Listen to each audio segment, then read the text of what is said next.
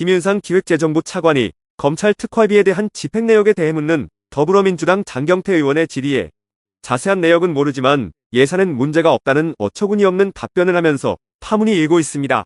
특히 검찰 특활비에 대해 국회법 사위에서는 영원으로 삭감하기도 하면서 양측 간 대립은 점점 심해지고 있는데요. 내년에 지금 271억에서 2배나 많은 532억이나 편성하셔서 여기에 대해서 어떻게 설명하실 수 있습니까? 내년에 예정된 정상회의 결제 이렇게 많습니까? 왜 유독 대통령 해순방 예산을 이렇게 늘립니까? 어떤 도대체 집행 내역도 없고 심의도 없고 입증도 안 된 불투명한 예산인데 무슨 근거로 증액을 시켜주신 거세요? 최상목 경제부총리께 질문 드리겠습니다. 부총리님, 그 예산의 뒤쪽에 앉아 있습니다. 예산의 어떤 성역과 특혜는 없어야겠죠? 네, 차관님. 기재부 네. 이차관입니다. 예. 그렇습니다. 네, 모든 공무수행은 다 동등하게 또 다 각자의 역할과 또 위상이 있기 때문에 각자 또 의미 있는 거 아니겠습니까? 뭐 기재부가 가장 중요하고 환경부는 안 중요하고 이런 건 아니잖아요. 네, 그렇습니다. 예, 그렇습니다. 이번에 이 예산안 2025년도 예산안 보면 윤석열 대통령께서 이 국무회의에서 지난 정부가 5년 동안 400조 이상의 국가 채무를 늘려 재정 부담이 크게 늘면서 이번 정부가 일하기 어렵게 됐다 이런 말씀하셨어요? 사실입니까? 네, 17년부터 22년까지 국가 채무가 416조 원 는 거는 맞습니다. 뭐 코로나 위기를 대처하는 뭐 그런 과정도 있었겠죠? 네, 그런 내용도 일부. 그때도 차관님은 기재부에 계셨잖아요. 네, 그렇습니다. 예, 그럼 이때 기재부 공무원들이 다 위법한 행위를 하신 거고 다 무능한 기재부였던 거네요? 이게 2020년 지난 정권의 책임이라고 하면은 물론 국정 운영에 대통령의 통수권도 있겠지만 경제 관료들이 제대로 못했다는 의미도 있는 거 아닙니까? 그러면 윤석열 대통령께서 기재부 관료들을 호통치셨어야지, 또 경로 잘하시잖아요. 경로하셨어야지 왜 전 정권 탓만 하고 기재부는 가만히 둡니까? 어떻게 생각하세요? 저희 재정 당국에서도 코로나라는 상황이 있었지만 조금 더 효율적으로 재정 운영을 했어야 된다고 생각을 합니다. 네, 뭐 잘 모르시더라도 윤석열 대통령께서 공부 안 하시더라도 그런 공부를 좀 시켜주세요. 그러면 기재부에서 이런 설명을 잘 하셔야 된다 보고요. 지금 이번에 여러 가지 이 세수 결손이나 뭐 여러 가지 이 예산에 대한 감액 등의 이 여러 영향들이 있는 것 같은데 허리띠를 졸라매야 된다 이런 얘기도 하시고, 그런데 이 검찰과 국정원 등 권력기관의 기밀성 예산은 증가한 것으로 보입니다. 여러 가지 지금 뭐 검찰의 특활비를 포함해서 또 정보보안비 이번에 국정원에서 포함시키셨던데 다 포함하면 4.5% 정도 증가했어요. 정부 예산은 총지출 3.2%보다 더 증가한 수치인데 이건 어떻게 설명하실 수 있습니까? 도대체 기재부는 검찰 특활비 제가 법사위 예결소위 위원장으로 다 봤는데 어떤 도대체 집행 내역도 없고 심의도 없고 입증도 안 된 불투명한 예산인데 무슨 근거로 증액을 시켜주신 거세요? 답변하십시오. 검찰 특활비 같은 경우는 우리 의원님 잘 아시다시피 수사나 범죄 정보 그리고 최근에 늘어나고 있는 마약이나 보이스피싱 대응을 위해서 크게 이제 조금 증가한 것으로 그렇게 알고 있습니다. 마약과 보이스피싱에 얼만큼 몇 퍼센트 쓰시는지 기재부 차관께서 안다는 얘기세요? 검찰이 그러면 특활비나 특경비 다 보고 받으셨나요? 아니요, 그 특활비의 세부 집행 내역에 대해서는 저희 그쵸. 집행 지침에 따라서 검찰이 아니 자체적으로 모르는데 어떻게 무슨 근거로 도대체 증액을 해주신 거예요, 도대체? 그거 좀 설명을 해주세요. 저도 도저히 이해가 안 가서 가급적이면 저희 법사위에서도 이 업무 추진비나 국내 여비, 출장비 등은 다 정부 원안대로 보존시켰습니다. 사실 집행 내역 제출도 안 했거든요. 그래서 심의 자체가 어려웠는데 특활비와 특경비에 대해서는 뭐 마찬가지로 업추비와 비슷하게 제출하지 않았지만 몇 차례 결산심사 과정에서도 국정감사 과정에서도 경고를 했는데도 불구하고 1, 2차에 걸친 예산심사 과정에서도 얘기했는데도 근거가 없어요. 그런데 어떤 근거로 증액해 주셨는지 정말 궁금해서 기재부에 좀 여쭤보고 싶습니다. 의원님, 검찰 특활비는 지난 15년 이후부터 계속적으로 지속적으로 효율화를 해왔습니다. 18년도에는 180억이었고요. 그리고 2020년에는 94억에서 계속 80억 수준으로 계속 유지를 해온 상황입니다. 뭐 감액을 해온 추세이긴 했지만 특활비는 감액이지만 결국 특경비로 이전해서 계속 전체적인 총량은 전 증액해왔다고 보는데요. 예를 들면 감사원도 22년까지 1억 원 정도 쓰던 택시비를 4억 5천이나 쓰고 있습니다. 심지어 국내여비 출장비에서 1억 1천만 원 전용시켜서 5억 6천이나 썼어요. 그 출발지도 가관이었습니다.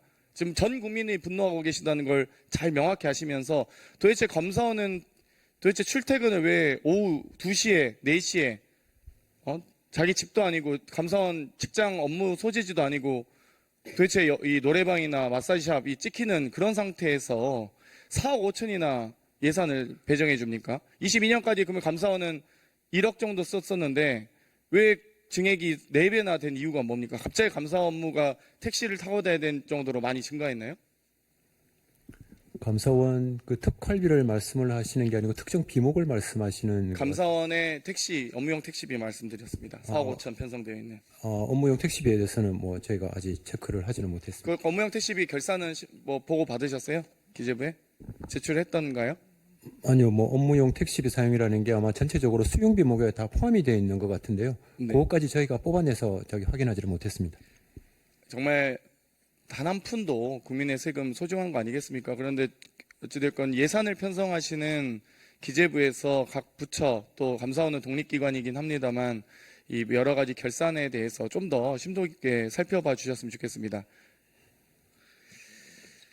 또 이번에 올해 약 30조 원의 세수 결손에 대해서 여러 가지 지방에서 지방자치단체에서 여러 정말 볼멘 소리가 나오고 있습니다. 지방의 타격이 큰데요. 지난해 18조 6천억을 집행하지 않아서 지방정부와 교육청을 허덕이게 했던 지방교부세, 지방교육재정교부금이 올해 6조 5천억이나 내려보내지 않다고 합니다. 정말 그러면서 소위 정부 쌈짓돈이라고 불리는 예비비 예산은 크게 또 증액을 시키셨어요. 올해 4조 2천억, 작년 대비 지금 6천억 정도, 14%나, 올해 4조 8천억, 올해 이제 본 예산 대비 6천억이나 많이 편성하셨습니다. 14.3%. 이렇게 정부 예산 다 줄인다고 하고 세수 결손 많다, 세수 펑크 났다고 표현하면서 도대체 쌈짓돈인 예비비는 왜 이렇게 증액을 급격히 시키신 건지 설명해 주시겠어요? 네, 의원님, 예비비는 쌈짓돈이 아니고요. 정해진 그 규정과 절차, 요건에 따라서 엄정하게 집행이 된다는 말씀을 드리고요. 그리고 예비비는 그동안 저희가 일반 회계 규모, 총지출 규모가 아주 커왔습니다. 그래서 이 부분은 전체적으로 일반 회계의 한 1% 정도 수준에서 계속 유지되고 있다는 말씀을 드립니다. 1%가 문제가 아니고 0.1%라도 아껴서 쓰셔야죠. 그런데 윤석열 정부 집권 이후 예비비를 유독 쌈짓돈처럼 사용했다는 지적이 제기되고 있습니다. 그전에는 예비비에 대해서 엄밀하게 사용했을지 모르나 2022년도 용산 대통령실 이전 650억, 2023년도 해외 순방 등 정상회계 532억. 도대체 이렇게 그럼 외교부 예산으로 편성해서 외교를 하시면 되죠. 대통령실 예산으로 편성하시던가. 왜 예비비를 이렇게 사용하며 대통령실 이전 저희 동대문 구청도 이전하는데 5년이 넘게 걸립니다. 경기도청사 이전하는데 8년 걸렸어요. 대통령실에 무슨 안보시설도 많을 텐데 2주 만에 이전 결정해서 뚝딱뚝딱 하는 게 어떤 국민이 이해하겠습니까? 이거 나중에 감사원도 지금 제대로 감사 안 해서 저희가 감사보고서도 다시 봐야겠지만 이런 것들 다 문제가 있다고 봅니다. 또 올해 정상회교 예산도 지금 내년에 532억이나 하셨어요. 또 어디를 그렇게 나가시려고 하시는지. 지금 정상회교라는 건 정말 예비비에 대해서도 말씀하실 때 정말 급격하게 이 국제정세가 급변해서 어쩔 수 없이 대통령의 해외 순방이 늘었다. 올해 예비비 사용할 수밖에 없었습니다. 라고 보고한다 할지라도 내년에 지금 271억에서 2배나 많은 532억이나 편성하셔서 여기에 대해서 어떻게 설명하실 수 있습니까? 내년에 예정된 정상회교 일정 이렇게 많습니까? 그럼 각 부처들 APEC부터 시작해서 뭔가 해외 연수, 외교 회의, 국제회의 참석 예산도 다 2배로 늘리셨어야죠. 왜 유독 대통령 해외 순방 예산만 이렇게 늘립니까? 답변하십시오. 네, 의원님, 그 25년도 정상회의 그 예산은 제가 알기로는 297억 원인데요. 그 말씀하셨던 500몇 억이라는 부분은 저희가 다시 한 번 더 확인해 보겠습니다. 그리고 23년도에 정상회의 그 외교와 관련해서 예비비를 많이 썼던 거는 22년도 전년도에 예측할 수 없었던 당해 연도에 정상회의가 많이 생겼기 때문입니다. 한미일 정상회의나 나토 정상회의나 그거는 23년도 회의를 하기 전 몇 달 전에 이제 그런 정상회의 외교가 생김으로 해서 불가피하게 예비비를 쓸 수밖에 없었다는 말씀을 대통령께서 드립니다. 회의 가시는 건 좋은데요. 김건희 여사 명품백 쇼핑하는데 아까운 외교 예산 안 쓰셨으면 좋겠습니다. 이번에 이 개식용 금지하겠다고 여러 가지 지금 말씀을 많이 하시는데 개식용 금지 외치면서 46만 마리의 식용계 살처분하는 문제가 제기되고 있습니다. 여러 가지 개식용 금지에 대해서는 당연히 국가 이미지 개선 등의 의미가 있다고 보는데요. 여기에 대해서 지금 예산을 얼마나 편성하신지 혹시 차관님 알고 계십니까? 네, 550억 반영되어 있습니다. 그러면 이 부분에 대해서 다 그러면 지금 물론 개식용을 금지하는 예산은 그 개식용을 금지하는 국가 정책은 의미 있지만 이걸 그러면 다 그렇다고 해서 개를 보호하기 위해서 개식용을 금지하는 것이지 반려동물로서 저희가 존중하는 의미인 거지. 그러면 이렇게 46만 마리 살처분한 계획에 대해서는 알고 계십니까? 지금 저희가 예산을 반영한 거는 그 개를 기르고 있는 그 육견 업체들에 대한 폐업 지원금을 지원하기 위한 차원에서 예산을 반영을 한 겁니다. 어떤 기준으로 반영하고 계시죠? 어, 혹시 지원 기준 말씀해 예, 주시겠어요? 첫 해에 그런 개식용을 금지하게 되면은 그 두당 60만 원, 그리고 마지막 해 하게 되면은 그 기본적인 30만 원에서 한 75% 정도, 그렇게 22만 5천 원, 그렇게 예산을 반영을 했습니다. 지금 지원 기준을 사용 마리수 곱하기 폐업 시기별 지원 단가 곱하기 주종률로 하시잖아요. 그런데 개식용 종시법에 마리당 지원금을 지급하는 규정이 있습니까? 마리당 금액은 없고요. 11조에 폐업 등에 필요한 지원을 하여야 한다, 이렇게 규정되어 있습니다. 그러니까 법에도 없는 지원금을 지금 위해서 내년 예산안만 1,095억, 3년 추산 약 3천억 정도 되더라고요. 물론 개식용 사육 농가를 점진적으로 줄여가는 것도 중요하지만 또 이렇게 급진적으로 없앨 수 있는 건지, 아니 식용개라고 하더라도 그렇게 길러졌다 할지라도 개의 수명도 있는 거잖아요. 그러면 저희가 이 반려동물을 보호하기 위해서 이 정책을 하는데 이렇게 막 다 살처분하라, 마리당 지원을 줄 테니 다 줄여라 이러면 이게 무슨 보호 정책이에요? 그러니까 이 어떤 동물 인지적 감수성이나 이런 부분들이 전혀 없는 정책입니다. 정말 그냥 예산 줄 테니 빨리빨리 처리해라, 이거 말고는 무슨 의미가 있습니까? 그러니까 오히려 동물보호단체에서도 이렇게 정부가 정책을 급격히 추진하면 차라리 보호할 수 있는 예산, 하다못해 개 사료값이라도 지원을 하던지요. 아니 개가 수명이 있는데 그럼 바로 다 이렇게 줄여라고만 하면 다 죽이라는 얘기 아닙니까? 그러니까 정책에도 정말 좀 더 이 배려심이나 감수성 있게 좀 해주셨으면 좋겠다는 생각이 드는데 어떻게 생각하세요? 네, 그 의원님 지적하신 부분과 관련해서는 어떤 보호관리 비용으로 전체 총사업비 한 90억 정도가 반영이 되어 있습니다. 네, 좀 더 근데 부족하다고, 턱없이 부족하다고 합니다. 46만 마리 다 키우려면은 뭐 물론 이제 뭐 키우는 사람 입장에서 다르겠지만 그 부분은 좀 신경을 써주셨으면 좋겠습니다. 고생하셨습니다. 박상우 국토부 장관께 질문 드리겠습니다. 네. 지금 명태균 씨 창원 국가산단에 대해서 방금 존경하는 김태선 의원님께서도 질문하셨습니다. 근데 저도 국토위 위원 하면서도 조정지역 확대될 때 6.14, 7.10, 8.4 대책 때 저희 사실 국토위원들, 여당 국토위원도 당일 아침에 엠바고 걸렸을 때 들었거든요. 그런데 이거를 이렇게 막 이 하루 전에 현수막을 제작한다든지 40여일 전에, 2달여 전에 뭐 어디가 된다, 대비다, 이런 이야기를 보좌진 손에서 혹은 보좌진도 아닌 명태균 씨 같은 사람들이 할 수 있나요? 그러니까 어떻게 알게 된지 그 전후 과정에 대해서 혹시 아까 뭐 언론을 통해서 접하셨다고 했는데 물론 장관 부임 이전일 수도 있습니다만 거기에 대해서 진상 정도는 파악하셔야 되지 않을까 싶은데 어떻게 생각하세요? 예, 일단 그 오전 질의에 이어서 저희가 할 수 있는 내용은 파악을 하고 있습니다만은 일단 이 단계가 지자체에서 후보지를 자기들이 자체적으로 발굴 선정하는 단계가 있고, 그다음에 그게 이제 저희 중앙부처인 저희 국토부로 신청이 들어오면 관계부처 협의를 거쳐서 그거를 그대로 후보지로 해서 올릴 수도 있고, 안 그러면 뭐 예를 들어서 농지라든지 다른 환경 생태적이라든지 이런 게 있으면 우리가 반려를 하면 그걸 다시 또 조정하는 절차를 거쳐서 선정 단계가 2가지 단계가 있습니다. 그래서 아마 저희가 지금 공식적으로 확인해 드릴 수 있는 거는 마지막에 산업입지정책심의위원회에 18개 후보지가 최종 올라왔었는데요. 그때 그 중에서 4개가 마지막 떨어지고 14개가 선정이 됐습니다. 이 선정된 후보지에 대해서는 그 다음 날이 이제 그 국가산업입지심의위원회라고 공식 확정되는 절차가 있습니다. 그 전에 평가위원회고요. 그 전날 하루 정도 주고 통보를 해줍니다. 당신네 후보지가 선정이 되었다. 그러니까 바로 이제 이 토지 거래 허가 구역이라는 것을 투기 방지 장치를 같이 걸어야 됩니다. 그것 때문에 하루 전에 통보를 해주는 것이고, 그 전에는 사실 언론에 보도되고 한 것들은 창원시 단계에서 많은 후보지를 물색하는 단계에서 아마 이루어졌던 일인가 아닌가 생각을 합니다. 그거는 지금 이제 저희가 알기로는 창원지검에서 아마 여러 가지 건과 같이 병합해서 수사를 하고 있는 것으로 알고 있습니다. 네. 창원시에서 기초단체에서 국가산단 지정에 대해서 물론 부지에 대한 의견을 제출할 수 있지만 의견이 아니고 결국, 신청을 하는 겁니다. 결국 뭐 신청을 하지만 예. 선정 자체는 국토부 최종 확정 절차는 권한이잖아요. 국토부에서 하지만요. 그러니까요. 그거를 후보 이 지역을 해달라고 하는 건 국토부가 하는 게 아니고 근데 해당 국토부가 시에서 하는 그러면 겁니다. 이렇게 허술하게 실사를 했다는 말씀이신가요?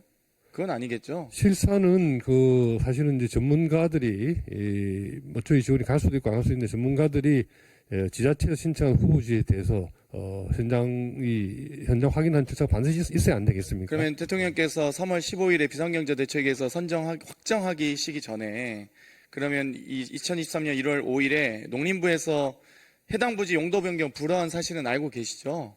국토부가 그것까지 포함해서 어찌되건 농지 보전 가치가 높다는 것으로 농림부 판단이었던 거 아니겠습니까? 그럼 그걸 포함해서 국토부가 검토하신 겁니까? 그런 창원시가 그걸 고려하지 않고 창원시가 제출하신 1차 건가요? 올린 것에 대해서 아마 농림부와 환경부 등과 합의를 했을 텐데요.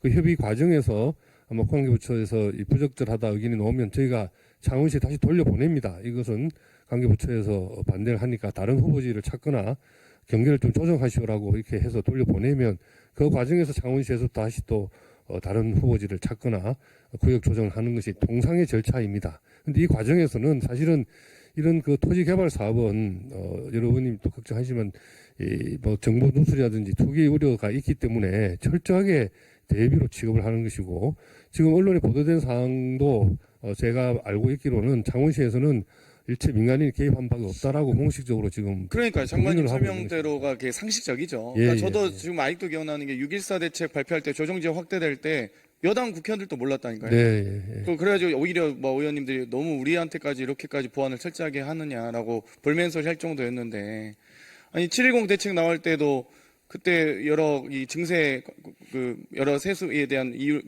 증가할 때도 그거 다 비밀로 하고 다 공개도 안 했는데 어떻게 국가산단 절차를 이렇게 2달 전부터 이렇게 알고 이렇게 지내는 게 참 저도 황당하다. 그건 그래서 저희도 마찬가지로 국토부에서 좀 언론 감찰하셔야 됩니다. 근데 이거 선정 과정에서 솔직히 국토부가 창원시가 외압을 행사해서 혹은 창원시가 뭐 외압을 행사할 수도 없겠지만 한다고 해서 국토부가 압력을 느끼십니까?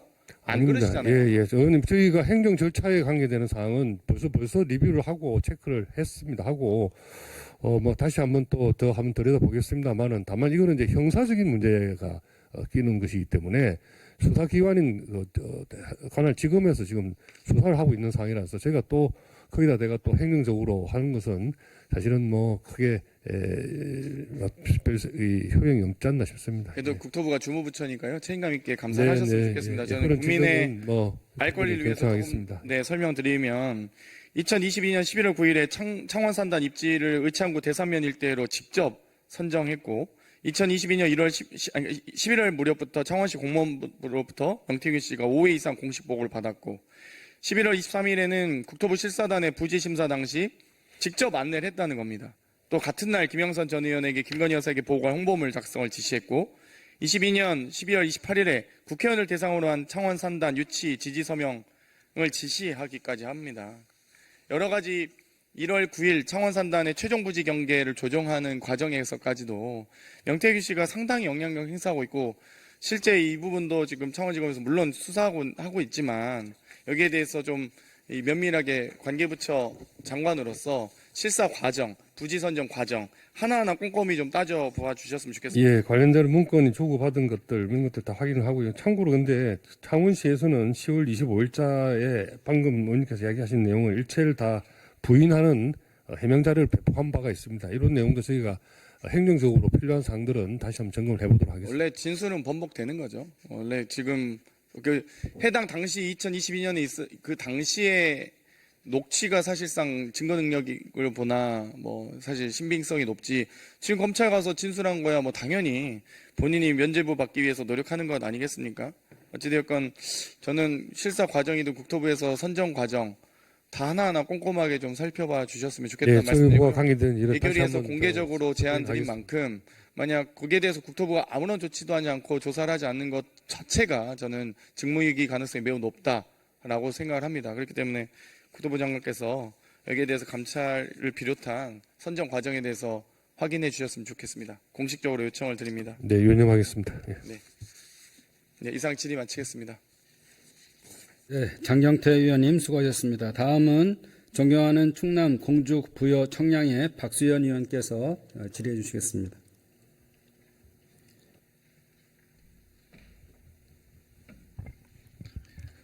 예, 유네스코 세계 문화유산의 도시 공주시 부여군 그리고 대한민국의 알프스 청양군 출신 박수현 의원입니다. 우리 박상우 장관께 우리 존경하는 장경태 의원님의 뒤를 이어서 질의해 보겠습니다. 네. 장관님, 정치 또 행정 이 국민의 입장에서 볼 때 가장 중요한 요소가 뭘까요? 저는 그렇게 생각합니다. 정책이 잘 될 수도 있고